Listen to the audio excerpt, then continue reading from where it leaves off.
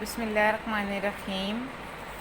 مسجد نبوی کی تعمیر، اس چیپٹر کی فرسٹ ہاف ریڈنگ ہم نے کل کے لیکچر میں کمپلیٹ کی تھی۔ آج انشاءاللہ ہم اس کی جو بقیہ ریڈنگ ہے وہ کمپلیٹ کریں گے۔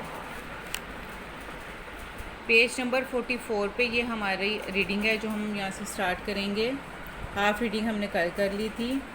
اس زمین میں مشرکین کی چند قبریں تھیں، یعنی جس زمین کو نبی کریم صلی اللہ علیہ وسلم نے مسجد بنانے کے لیے پسند کیا، اس زمین میں مشرکین کی چند قبریں تھیں، کچھ ویرانہ بھی تھا، کچھ کھجور کے درخت تھے۔ نبی صلی اللہ علیہ وسلم نے مشرکین کی قبریں اکھڑوا دیں، ویرانہ برابر کر دیا، یعنی ہموار کر دیا، کھجوروں اور درختوں کو کاٹ کر قبلہ کی جانب لگا دیا۔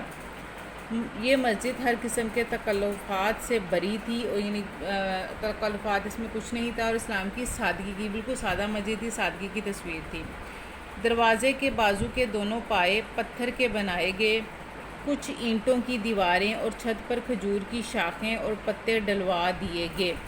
ستون کھجور کے تنوں کے تھے، یعنی جو ستون ہیں وہ کھجور کے تنوں کے بنائے گئے تھے، اور قبلہ جو ہے وہ بیت المقدس کی طرف رکھا گیا تھا۔ لیکن جب قبلہ بدل کر کعبہ کی طرف ہو گیا تو شمالی جانب ایک نیا دروازہ قائم کر دیا گیا۔ فرش کچا تھا، بارش میں کیچڑ ہو جاتی تھی۔ ایک دفعہ صحابہ کرام رضوان اللہ تعالی اجمعین نماز کے لیے آئے تو کنکریاں لیتے آئے اور اپنی اپنی جگہ پر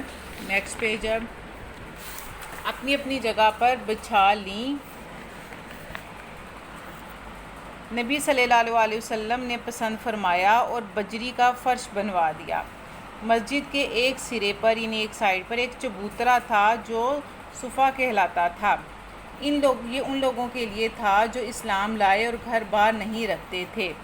مسجد نبی صلی اللہ علیہ وسلم، یعنی کہ یہ جو چبوترا تھا جس کو صفا کہا جاتا تھا، اس میں وہ لوگ رہتے تھے جو مسلمان تھے اور گھر بار نہیں رکھتے تھے، وہ یہاں پہ رہتے تھے۔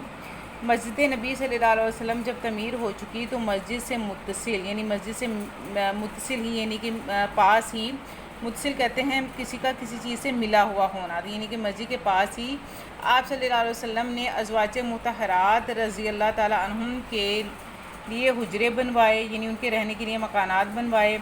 اس وقت تک حضرت سودا رضی اللہ تعالی عنہ اور حضرت عائشہ رضی اللہ تعالی عنہ نکاح میں آ چکی تھیں، اس لیے 2 ہی حجرے بنائے گئے۔ جب اور ازواج آتی گئیں تو اور حجرے بنتے گئے۔ ان حجروں کی تکمیل یعنی مکمل ہونے کے بعد حضور نبی اکرم صلی اللہ علیہ وسلم حضرت ابو ایوب انصاری رضی اللہ تعالیٰ عنہ کے گھر سے ان حجروں میں منتقل ہو گئے، یعنی وہاں پر چلے گئے۔ اب ہے مسجد نبوی کے فضائل، یعنی مسجد نبی صلی اللہ علیہ وسلم کی فضیلت۔ نبی صلی اللہ علیہ وسلم نے فرمایا، میری مسجد نبی صلی اللہ علیہ وسلم میں ایک نماز کا ثواب دوسری مسجدوں کی نسبت 1000 گنا ہے، یعنی کہ جو شخص عام مسجد میں نماز پڑھتا ہے اور اگر کوئی شخص مسجد نبی میں نماز پڑھتا ہے تو اس شخص کو عام مسجد میں نماز پڑھنے کی نسبت 1000 گنا ثواب ملے گا، سوائے مسجد حرام کے، کیونکہ مسجد حرام کا ثواب جو ہے وہ اس سے بھی زیادہ ہے۔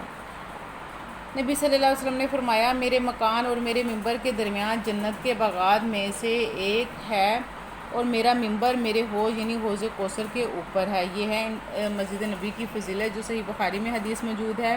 پھر ہے مسجد نبی کی معاشرتی اہمیت۔ مسجد محض نماز ادا کرنے کے لیے نہ تھی، بلکہ یہ ایک یونیورسٹی تھی، یعنی جہاں پہ لوگ سیکھتے ہیں، جس میں مسلمان اسلامی تعلیمات اور ہدایت کا درس حاصل کرتے تھے، جس میں مدتوں نفرت اور باہمی برائیوں سے دوچار رہنے والے قبائل کے افراد اب محبت سے مل جل کر